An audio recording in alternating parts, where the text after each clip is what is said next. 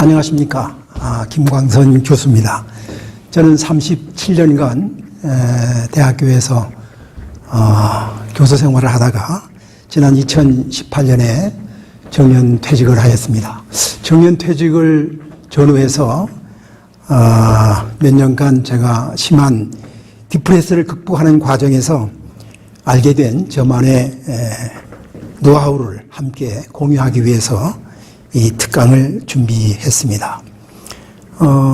데카르트는 생각, 즉 마음을 바꾸면 행동이 바뀌고, 또 행동을 바꾸면 습관이 바뀌고, 습관을 바꾸면 성격이 바뀌고, 성격을 바꾸면 운명이 바뀐다는 말씀을 했습니다. 이 시간에는 누구나 언제 어디서나 쉽게 할 수 있는 마음 건강관리 노하우를 소개하려고 합니다. 특강은 소유보다는 존재의 가치를 중시할 필요가 있고요. 건강한 생활운동 습관 길들이기, 공유물을 사유물처럼 사용하기, 꿈꾸며 열정으로 일하며 살기, 좋은 음악 청취와 좋은 책 읽기, 숲속 동식물 친구들과 교감하기, 스트레스 관리와 복식 호흡하기 순으로 그렇게 진행하도록 하겠습니다. 무엇보다 소유보다는 존재의 가치를 중시하며 살 필요가 있습니다. 인생의 가치관을 물질의 소유보다는 존재, 마음먹기에 두는 것이 굉장히 중요합니다. 독일의 유태인 학자인 에릭 포럼이라는 사람은 to have or to be 1978년에 76년에 출판한 이 책을 통해서 행복은 소유에 있는 게 아니라 존재에 있다, 이런 말을 했습니다. 사실 그렇습니다. 우리가 건강하게 살아있고, 또 사랑하는 가족이 있고, 또 먹을 것과 입을 것과 또 거처할 곳이 있다면 그 자체가 행복 아닙니까? 행복의 기준을 어떤 그 물질의 소유, 어떤 물질을 얼마나 많이 가지느냐에 두기보다는 무엇을 위해서 살고 있느냐, 그런 것에 둘 필요가 있습니다. 그렇게 보면 감사하며 살면 행복해지게 됩니다. 감사라는 영어가 thank you인데 이것은 think에서 나왔다고 하고요. 또 이제 감사의 감자라는 글의 변에 보면 마음 신변이 있습니다. 그렇습니다. 행복은 생각하기 나름이고 마음먹기에 달려있다고 생각합니다.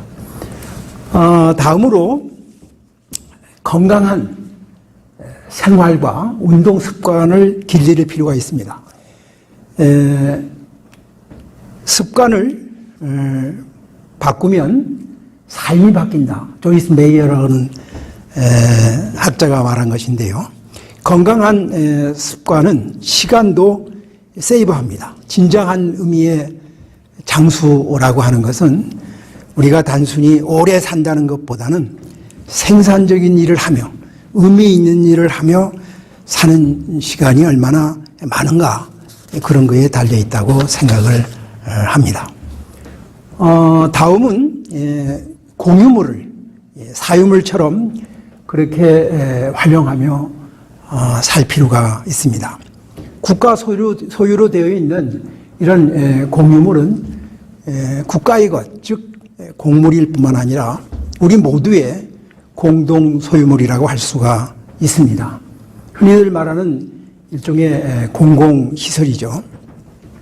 앞서 말씀드렸듯이 인생의 가치관을 물질의 소유에 두고 행복의 기준을 무엇을 얼마나 가지고 있느냐에 둔다면은 결코 행복해질 수가 없습니다. 우리의 것을 우리가 생각해 보면 갖고 있는 물질이 따지고 보면 우리 것도 아닙니다. 사실 그 물질은 언젠가는 없어질 것이고 또 우리가 세상 떠날 때에 두고 떠날 것이기 때문입니다. 공유물도 공공시설도 우리 것처럼 그렇게 생각하면서 잘 활용하면 우리가 마음 자족해지고 우리의 부족한 것들을 다 채워지잖아요.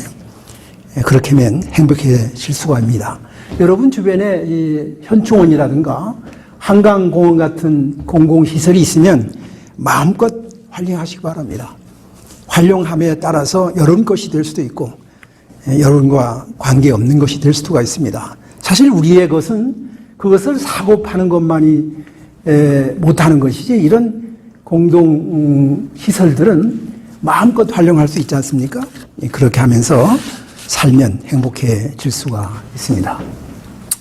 다음으로 꿈을 꾸며 열정으로 일하며 살 필요가 있습니다. 늙는다는 것은 나이가 들어서 늙는 것이 아니라 꿈과 열정이 없기 때문에 늙는다는 말이 있습니다. 마음만 먹으면 여러분 주변에 여러 가지로 가르쳐주는 그런 것들이 참 많아요. 또 스마트 앱 같은 데 보면은 자기 스스로 배우려고 하면 배울 것들이 많습니다. 또 이렇게 주말 농장 같은 데 가서 또 땀 흘리며 일도 하고 이렇게 일하며 살면 행복해질 수가 있습니다. 다음으로 좋은 음악 청취와 좋은 책 읽을 필요가 있습니다. 잘 아시는 거지만 마음의 안정과 또 기쁨은 이러한 좋은 음악 청취와 좋은 책 읽는 데서 나온다고 합니다. 저는 기독교 신자여서 그 운동할 때에 찬송가를 들었는데 이 찬송가 전곡이 무려 645곡이나 됩니다.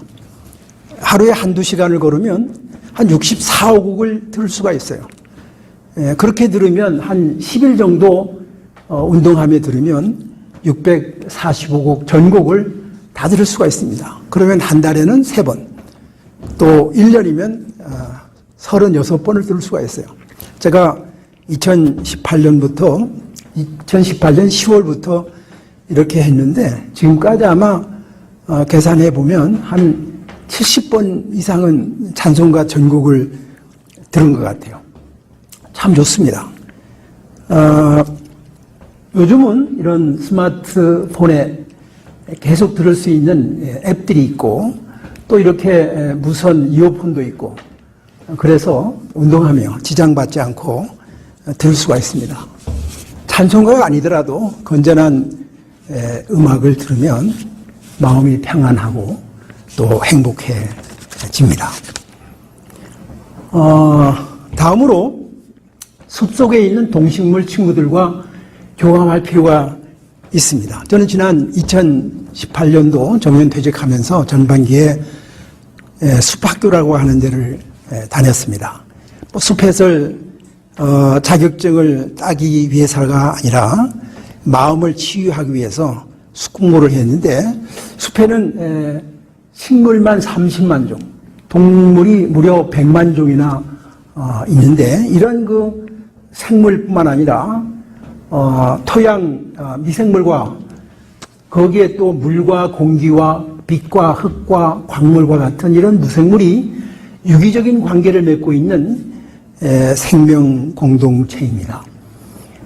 이 숲에는 빛으로 활동하고 있는 에너지를 받아서 활동하고 있는 그런 시스템이기 때문에 솔라 시스템 그리고 이제 서로 상생하며 마이너스가 없는 플러스만 있는 플러썸 소사이어티 또 생명 존중의 사회가 있고 상생의 세계가 있고 감성과 이미지가 아주 풍부해요. 그런 동식물을 통해서 세상의 모든 물건들이 디자인되는 거 아니겠습니까? 그런 것이 풍부하고 긍정적인 행복 에너지가 넘치는 숲으로 여러분이 가시면 행복해집니다. 그러면 숲에 대한 동영상을 잠깐 보도록 하겠습니다. 숲을 통해 인체 면역력을 높이고 건강을 회복시키는 산림치유의 현장을 설다혜 기자가 보도합니다. 지난 2011년 유방암 3기 판정을 받은 이미영 씨. 암 수술은 성공적으로 끝났지만 우울증이 생겨 힘든 시간을 보내야 했습니다.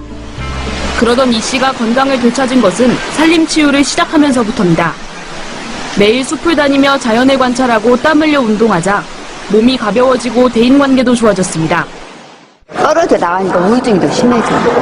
그런데 숲에 가면 이제 자신감도 생기고 또 이제 몸도 가벼워지면서 지금은 뭐 사람하고 다 붙어 살고 사람 다 하는 거 다 하고 병 낫고부터 여유가 생겨요.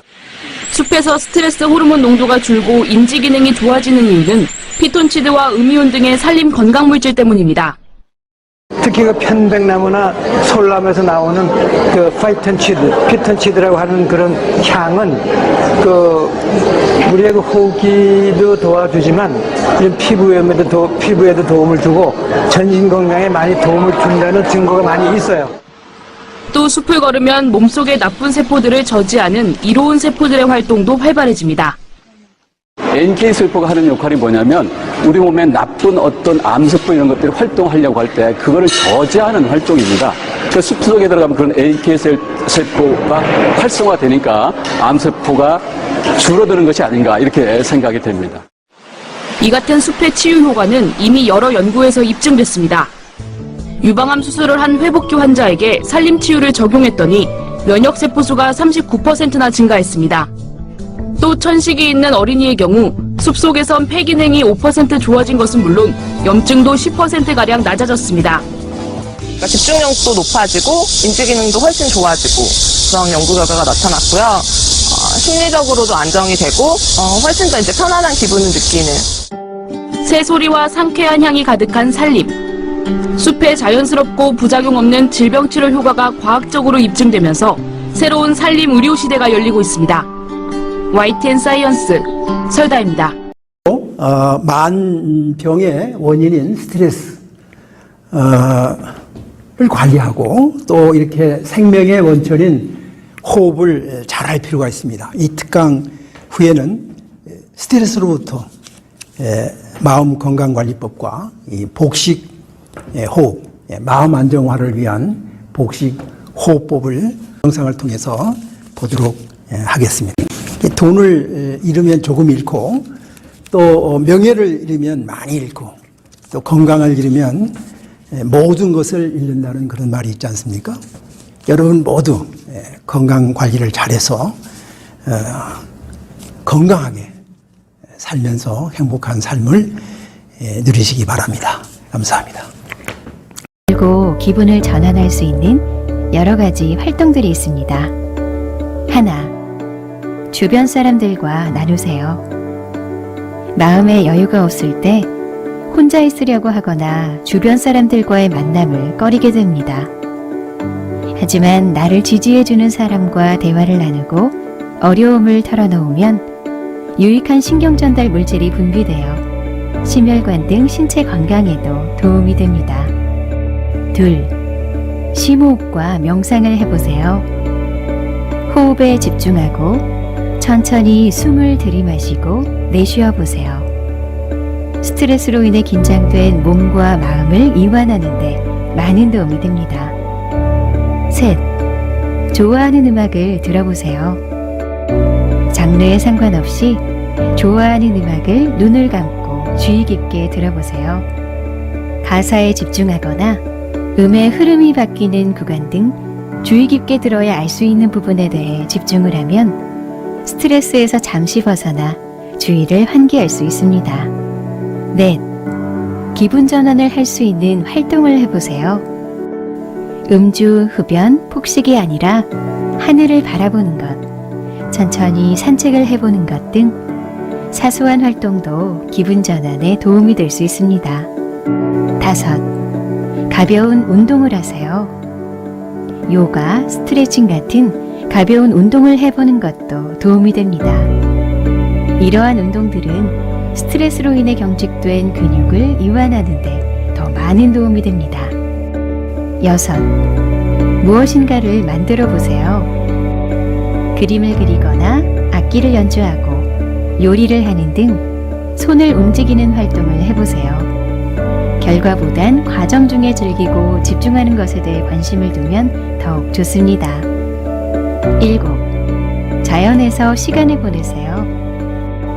자연의 소리, 냄새, 색, 오감을 통해 느껴지는 것에 집중을 하고 시간을 보내면 신체적, 정신적으로 평안해지는 것을 느낄 수 있습니다. 앞선 방법들을 통해 우리는 스트레스에 대처할 수 있습니다. 마음을 진정시키는 복식호흡 훈련을 해보겠습니다. 편안한 자세로 앉습니다. 한 손은 배 위에, 다른 손은 가슴에 얹어봅니다. 복식호흡을 할 때는 가슴에 얹은 손은 움직이지 않고 배 위의 손만 위아래로 움직입니다. 코로 숨을 들이쉴 때는 배가 나오고 입으로 숨을 내쉴 때는 배가 들어갑니다. 내쉬는 호흡을 들이쉬는 호흡보다 길게 충분히 내쉽니다. 호흡은 숨을 비우고 들이마시는 것으로 시작하는 것이 좋습니다. 이제 시작하겠습니다. 넷을 셀 때까지 천천히 숨을 들이마시며 배가 부풀어 오르는 것을 느낍니다.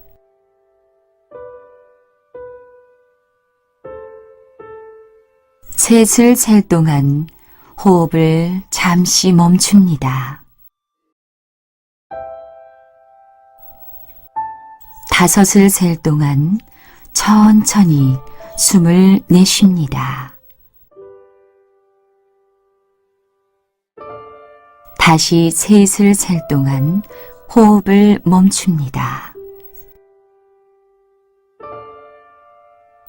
숨을 내쉴 때 내 몸이 편안하고 따뜻해짐을 느껴봅니다.